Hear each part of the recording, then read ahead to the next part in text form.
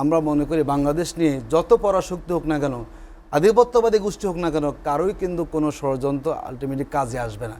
আমরা সরকারকে বলবো যে জাতীয় ঐক্যের ভিত্তি তৈরি হয়েছিল ফ্যাসিবাদের সময়ে তার পতন ঘটানোর জন্য। সরকারের দায়িত্ব হচ্ছে যাতে জাতিকে সে ঐক্যবদ্ধ অবস্থা রাখে, যাতে এই দেশকে নিয়ে কেউ কোনো ষড়যন্ত্র করার সুযোগ না পায়। কারণ দেশ যদি ক্ষতিগ্রস্ত হয়ে যায়, আমি রাজনীতিবিদ কেউ ভালো থাকার কোনো সুযোগ নাই। পার্লামেন্টের সেই প্রস্তাবে সমর্থন করা মানে হলো কি আমরা আমাদের সেই জায়গায় ঠিক আছে। সরকারের যৌক্তিক সমালোচনা আমরা করব, আবার সরকারের অর্জনটুকু আমরা সেখানে কি করব, সমর্থন, এটাই তো হওয়া উচিত। এবং সেই দৃষ্টান্ত গতকালকে বিরোধী দলীয় নেতা পার্লামেন্টে উপস্থাপন করেছেন এবং তার বক্তব্যে পুরো সংসদ কী হয়েছে, সবাই সেখানে টেবিল ছাপিয়ে সমর্থন করেছেন। দ্বিতীয় যে কথাটা মোশাররফ তো সিনিয়র রাজনীতিবিদ, আমরা দীর্ঘ সময় ছাত্র রাজনীতি করে তো আমরা এই পর্যায়ে এসেছি। 2006 সালে জামাতের আমিরের মন্ত্রণালয় দায়িত্ব শেষ হয়েছে। এই 20 বছরে আমরা বহুবার এই বক্তব্য দিয়েছি যে আমাদের নেতাদের বিরুদ্ধে দুর্নীতির অভিযোগ নাই। আমরা কোথাও কিন্তু এই ধরনের কোনো অভিযোগ আমরা আজকে প্রথম বললেন তো পাননি, উনি বলেছেন এটা আসলে কি অভিযোগ হয়েছে, সেটা কোনো অভিযোগ না মামলা, এটা আমাদের জানা নাই। আমরা গ্যাটকম মামলা সম্বন্ধে জানি, এটা ওনার মন্ত্রণালয়ে সেটা হয়েছিল, ওনাকে গ্রেপ্তার করা হয়েছিল পরবর্তীতে মামলা নিয়ে। কিন্তু বাকি যে মামলা উনি বলেছেন আওয়ামী লীগের এত টাইম পার হয়েছে, তো সেই জায়গাতে কোনো মামলা যদি হয়ে থাকে সেই মামলা আদৌ বিচার হয়েছে কিনা, অথবা তিনি অভিযুক্ত হয়েছেন কিনা, রায় হয়েছে কিনা, এটা মনে ক্লিয়ার করলে আমাদের জন্য ভালো হয়। নয়তো এটা ভুল মেসেজ যাবে। আমরা যেটাকে ডিফেন্ড করি স্ট্রংলি, উনি যদি একটা অভিযোগ দাঁড় করান তাহলে সেই অভিযোগের সর্বশেষ কী নিষ্পত্তি হলো, আসলে উনি অভিযুক্ত হয়েছেন কিনা বা অভিযোগ প্রমাণিত হয়েছেন কিনা, আশা করি সেটা আমার ক্লিয়ার করবেন। যদি থাকে আমাকে তথ্য দেবেন, আমি এটা পাই নাই, আমি তাহলে এটাকে দেখবো, আমার জানার অভাব থাকে কম থাকে, আমি সেটা দেখবো যে আসলে এটা ঠিক আছে কিনা। দ্বিতীয় যারা তিনজন তিনি বলছেন আফম খালেদ সাহেব, সালাউদ্দিন সাহেব, তৌহিদ সাহেব, আমি মনে করি সরকারের সামনে সুযোগ আসছে, সরকার তদন্ত করে দেখুক। আমরা দেখতে চাই শুধু এই 3 উপদেষ্টার সমালোচনা নয়, প্রত্যেকের নামে খোঁজখবর নেই, কারা কোথায় অনিয়ম করেছেন, যদি তারা তদন্তে খুঁজে মামলা করুক। আমরা এই বাংলাদেশ দেখতে চাই, কিন্তু আমরা চাই না কোনোভাবে তাদের সরকার নমনীয় আচরণ করুক। তাহলে আমরা বুঝবো তারা কোনো একটা কারণে তারা জেনেও কিন্তু কী করছে, কোনো পদক্ষেপ সেখানে নিচ্ছে না। সুতরাং সরকারকে তার জায়গা থেকে, যে সরকার এখন তার জায়গাতে আছেন, দায়িত্ব পালন করে জনগণের স্বার্থে ক্লিয়ার করা উচিত, তদন্ত করে আসলে এই তৈরি উপদেশটা তারা স্বচ্ছভাবে নিয়েছেন কিনা, তাহলে যাতে আমরা জানতে পারবো আসলে কারা কোন অবস্থানে সেখানে আছেন।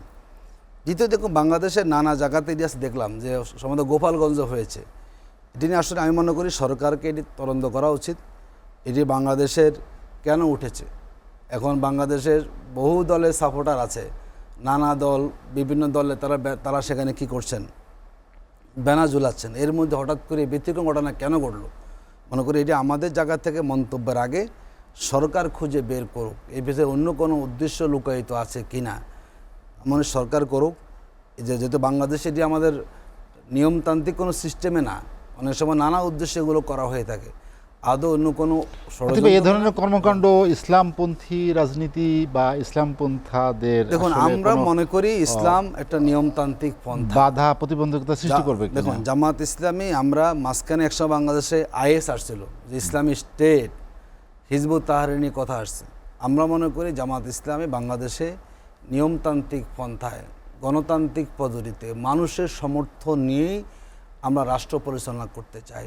জোর জবরদস্তি করে মানুষকে মেরে কেটে কিংবা নানা ধরনের জায়গা জামাত ইসলামী তার দীর্ঘ ইতিহাসেও এরকম কোনো রেকর্ড কোথাও পাওয়া যাবে না। আমরা সে অবস্থানে আছি।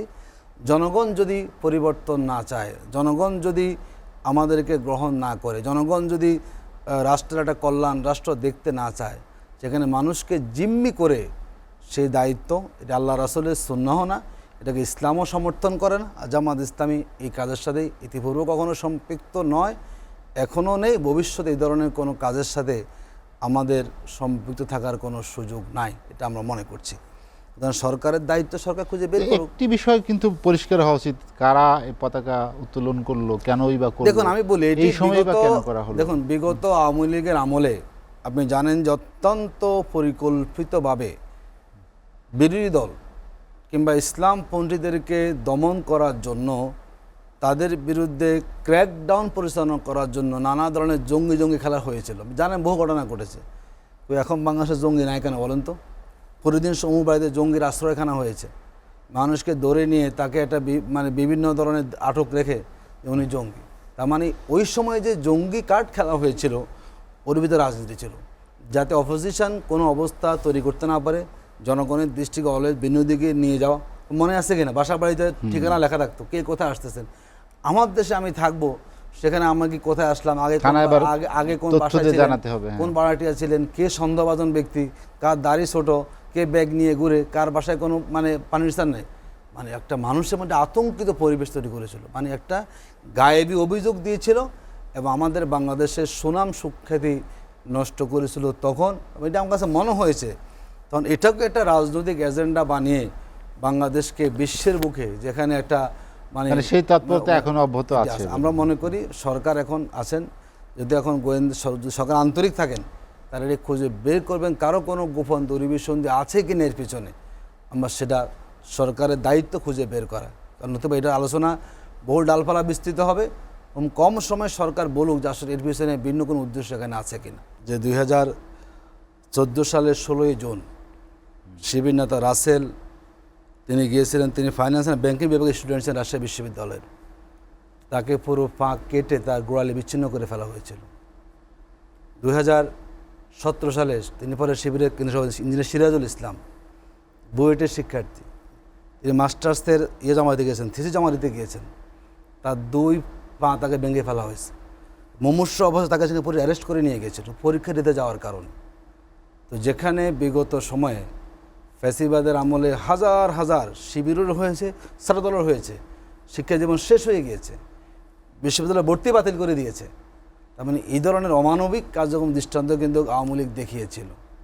ধরুন আমি ছাত্র রাজনীতি করেছি, এটা আমার থাকতেই পারে, তো আমাদেরকে আপনি অ্যারেস্ট করেন, সমস্যা নেই, মামলা দেন, লাগে 2 ডজন মামলা আপনি দেবেন, কিন্তু আমাদেরকে মিন্টু রোডে গিয়ে যে আপনি যে পুলিশ দিয়ে পিটালেন, এটি কখনো বাংলাদেশের রাজনীতি সংস্কৃতি থেকে ছিল? তার মানে যেই কাজগুলো আওয়ামী লীগ পথ দেখিয়ে গেছে, আমি মনে করি অনেক ক্ষেত্রে আওয়ামী লীগ সুবিধাজনক অবস্থানে আছে। আমরা এখন পর্যন্ত কাউকে দেখি নিয়েছে তাকে ডান্ডা বেরিয়ে পড়িয়েছে। আমাদের বহু নেতা রাতে ঘুমিয়েছেন ডান্ডা বেরিয়ে পড়ে, কারণ তাকে আর ডান্ডা বেরিয়ে সেখানে খোলা হয় নাই। বহু ধরনের আমরা জানি সেগুলো। কারণ সেই হিসাবে আমি মনে করি যে অনেক আসলে মানবাধিকার দেখানো হচ্ছে তাদের প্রতি, যেটা তারা কখনো দেখায় নাই। মিছিল করতে তারা আমাদের পায়ে গুলি করে ফেলেছে, বহু লোকের পা বিচ্ছিন্ন অবস্থা আছে।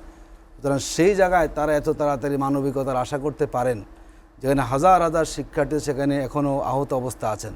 এটি আরেকটু মনে আমাদের সময় নিয়ে বললেই হলো জিনিসটা ভালো হবে। দ্বিতীয়, আপনি বলেছেন যে দেখুন বাংলাদেশের রাজনীতি সব জায়গায় আছে। মনেটা বলেন যে রাজনৈতিক অর্থনীতি আপনি বলতে পারেন, এবং রাজনীতি যখন ঠিক থাকবে তখন স্বাভাবিকভাবে অর্থনীতি কিন্তু ঠিক থাকে। রাজনৈতিক পরিবেশ যখন আপনার খারাপ হয়ে যায়, মাঠ যখন উত্তপ্ত হয়ে যায়, তখন সেখানে অর্থনীতিও কিন্তু সেখানে পাওয়া পড়ে, শেয়ার বাজার সেখানে ক্ষতিগ্রস্ত হয়ে যায়। তো আমরা মনে করি এটা একটা দিক যেমন আছে, এটি পার্লামেন্টে আলোচনা হতে পারে। যদি অর্থনীতি আমাদের সেইন ঠিক না থাকে, অনেক সময় কিন্তু দেশ স্বাভাবিকভাবে সেখানে টেকসই থাকবে না। দ্বিতীয়, দেখুন আমাদের আইনশৃঙ্খলা পরিস্থিতি খুব ভয়াবহ অবস্থা, এটা বারবারই বলে আসছি। আমাদের স্বরাষ্ট্রমন্ত্রী অনেক অভিজ্ঞ, আমরা স্বীকার করি ওনার মন্ত্রণালয়ে মানুষের মধ্যে উদ্বেগ উৎকণ্ঠা বাড়তেছে, প্রতিনিয়ত খুন খারাপি হচ্ছে, প্রতিদিন প্রায় 10 থেকে 12 মানুষ এখানে যেভাবে খুন হচ্ছে। আমি মনে করি এই জায়গাতে সরকারকে আরও নজর দেওয়া প্রয়োজন। কেন মানুষ আইন হাতে তুলে নিচ্ছে, কেন মানুষের নৃশংস আচরণ সেখানে করছে, অবশ্যই সেখানে খেয়াল করা উচিত। দ্বিতীয়, আমরা বলি যে সরকারের যে কাজটা আপনি বলেছেন যে আমরা সংস্কার নিয়ে বলি, দেখুন আমি বাংলাদেশে বলি যে দেশে তো কোনো সংকটই ছিল না আসলে, যেহেতু আমরা সবাই ফ্যাসিবাদের আমলেই আন্দোলন করেছি। এবং আমি তো বলি যে 20 বছর তো আমরা একসাথে এক প্ল্যাটফর্মে আমরা ছিলাম। ধরুন আপনি একসাথে সবাই কারাগারে ছিল, এবং সবাই একসাথে কারাগারে কিন্তু সবাই একসাথে বসে খাওয়া দাওয়া করেছে। যারা এখন পার্লামেন্টে আছেন কথা বলতেছেন, সবাই একসাথে ছিল, কিন্তু সবাই একসাথে সেখানে ম্যাচ করে খেয়েছেন কারাগারের ভিতরে। এখন এসে আমরা কিন্তু কেন সংকটটা তৈরি করলাম, যেটা আমরা বারবারই বলি সরকার নিজেরাই আসলে কেন যেন কোনো কারণে বিভ্রান্ত হয়ে, যেটা আমাদের সবাই একমত ছিলাম সংস্কারের বিষয়গুলো। দেখুন যদি আজকে সেটা হতো তাহলে আজ রাস্তা থাকা লাগতো না, কিন্তু বিরোধী দল কোনো এজেন্ডাই পেত না খুঁজে। কারণ সরকার যখন নিজেরা উদ্যোগ নিয়ে একটু আলোচনা অথবা করতে চান, দেখুন যদি রাজনীতিকে আপনি সঠিক জায়গায় রাখতে না পারেন, অন্য দিকগুলো মানে সুযোগ পাবে। দায়টা আসলে কার? দেখুন আমি যেটা বলি, যদি আপনারা সরকার সবসময় বিএনপির উপর দায় চাপিয়ে শোনেন, না, আসছেন, শোনেন, সেটা আসলে দেখুন, কতটা বিরোধী দলের যৌক্তিক? কাজটা কি? বিরোধী দল তো সেই কাজটাই তো করবে, যেটা আমাদের সেটেল ইস্যু ছিল। দেখুন আমরা গণভোট, সরকার প্রধান যিনি এখন, তিনিও কিন্তু গণভোটের পক্ষে মতামত চেয়েছেন। অধ্যাদেশটা 3 মাস আগে দেওয়া হয়েছে, তখন কেউ কোনো মন্তব্য করেননি যেটা এটা ঠিক হলো কি ঠিক হলো না। ইলেকশন যখন ফলাফলটা হয়ে গেল, সেদিন থেকেই দেখলাম সরকার উল্টো পথের সঙ্গে হাঁটা শুরু করেছেন। এখন পর্যন্ত জনমনে বিভ্রান্তি আছে, আদৌ আমাদের সেই গণভোট যেটি হয়েছে, যেই সংস্কারগুলোকে সামনে রেখে, যেহেতু সরকারি দল তারা সংস্কার পরিষদের শপথ গ্রহণ করেননি, আদৌ সরকার বসে তারা করবে, সরকারের ওয়াদা করবে। ইতিমধ্যে সুপ্রিম কোর্ট তারা তো সচিবালয় already বিশেষ কমিটির ঘোষণাও দিয়েছে। ভেঙে দিয়েছেন, যেখানে আমাদের সংস্কারের পক্ষে মানুষ মতামত দিয়েছে, সেখানে আপনি সংশোধন করে এটাকে সমাধান করবেন, এই সমাধান কখনো টেকসই হবে না এবং খুব অল্প সময়ে আবার এই সংকটগুলো তৈরি হবে, মানুষ আবার নিরাপত্তাহীনতায় ভুগবে। আমি মনে করি সরকারকে, তারা ক্ষমতায় এসেছেন, তাদের 50% সমর্থন, তারা কিন্তু কম না। যদি তারা সঠিক পথে হাঁটেন, তারা জনগণকে সম্মান করেন, যে জনগণ আমাকে 50% ভোট দিয়ে ক্ষমতা এনেছে, তারাই তো 70% গণভোটে ভোট দিয়েছে, আমি তাদেরকে ইগনোরটা কেন করি? এবং তাদেরকে সম্মান দেখালে বলেন সরকারের সমস্যাটা কোথায় বলুন তো? আমি দেখি না তো কোনো সমস্যা। এটা মানলে কি আমরা ক্ষমতা চলে যাব? তারা তো ক্ষমতা 5 বছর আছে, যদি তারা আমাদেরকে সুশাসন দেয়, ভালো কাজটা করে, তার অভিজ্ঞতা আছে, তো এই ভয়টা কেন বলুন তো? জামাত তো মাত্র 68 আসন পেয়ে আমরা পার্লামেন্টে আছি।